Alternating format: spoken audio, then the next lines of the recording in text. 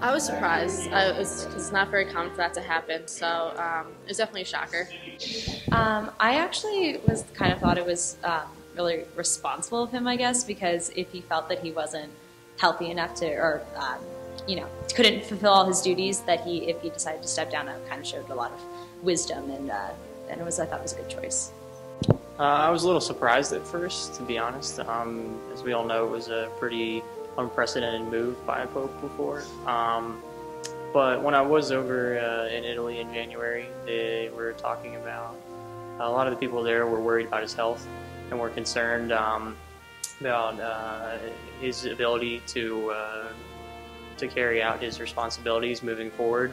So even though it was a shocking news, I understand why he did it, and obviously he meditated on the fact for a while, and I assume it's a responsible decision on his part. For me, I was very surprised and shocked. I found out on Facebook. I didn't know for sure, so I looked up an article about it on the website, I think.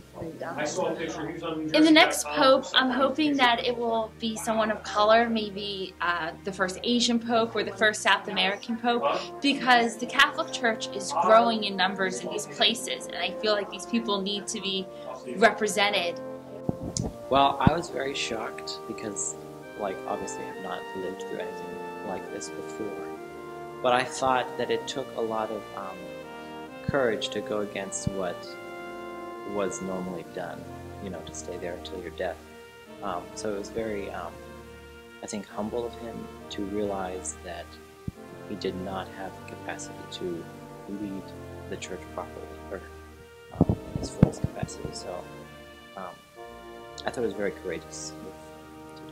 For the next pope, I definitely want someone similar to Pope Benedict. I thought he was great.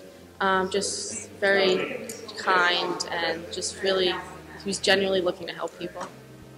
Well, I think it's obvious now that with sort of the way the world's global now, that the church should be open to that global mindset as well, and should move forward that way.